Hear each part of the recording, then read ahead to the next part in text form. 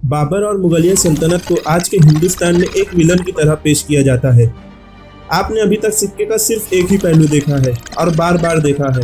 हम आपके सामने सिक्के का दूसरा पहलू भी रखने की कोशिश करेंगे। हम मुगलों की सिर्फ बड़ाई और चापलूसी नहीं करेंगे, हम आपके सामने सिर्फ तारीख पेश करेंगे। ऐसा नहीं है कि मुगलों में खामियां नहीं थी, उनमें खामियां थी, इसलिए मुगलों का जवाल आया।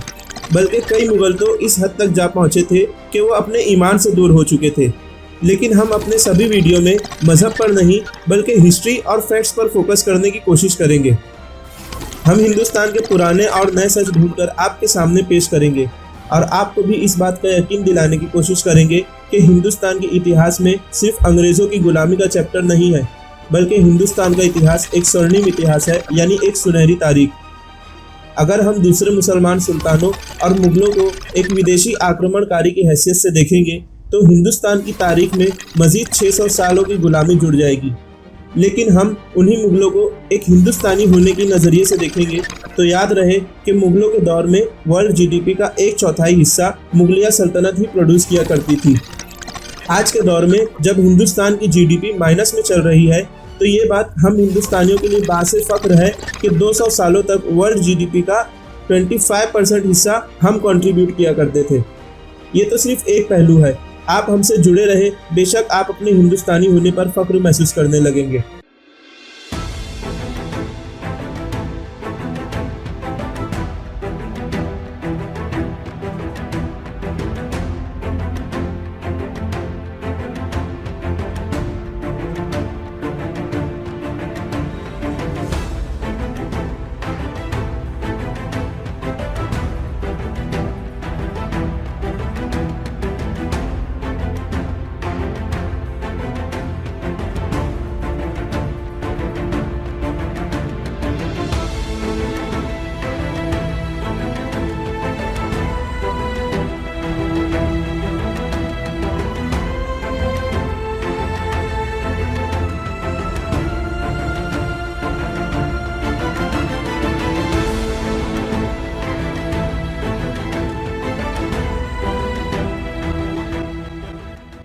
रास्त गुफ्तार चैनल पर आपका स्वागत है।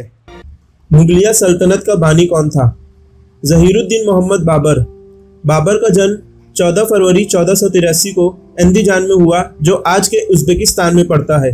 बाबर की माँ का नाम कुतलुग निगार खानम था, जो चंगेज़ खान एक मंगोल हुक्मरान की वंशज थी, और उनके वालिद का नाम उमर शेख मिर्ज़ा था, जिनकी नसों में तैमूर लंग की खून की रवानी थी। इस तरह बाबर की नसों में अपनी माँ की ओर से चंगेज़ खान और अपने बाप की तरफ से तैमूर खान का खून दौड़ता था। तारीख के 2 बड़े हुक्मरान जो अपने दौर में जंग के लिए मशहूर थे। ज़हीरुद्दीन मोहम्मद बाबर का नाम। ज़हीरुद्दीन एक अरबी नाम है जिसका मतलब होता है डिफेंडर ऑफ द फेथ, यानी ईमान का रखवाला, और मोहम्मद नाम इस्लामी पैगंबर मोहम्मद सल्लल्लाहु अलैहि वसल्लम की निस्बत से रखा गया। ये नाम बाबर के वालिद के पीर सूफी ख्वाजा अहरार ने रखा था। बाबर के वालिद उमर शेख मिर्ज़ा हर छोटे बड़े काम में अपने पीर की सलाह लिया करते थे। लोगों को इतना बड़ा नाम पुकारने, लिखने और याद रखने में दिक्कत होती थी, इसलिए लोग और हिस्टोरियन बाबर को सिर्फ बाबर कहकर ही याद करते हैं। फारसी लफ्ज़ बाबर का मतलब होता है शेर, यानी टाइगर।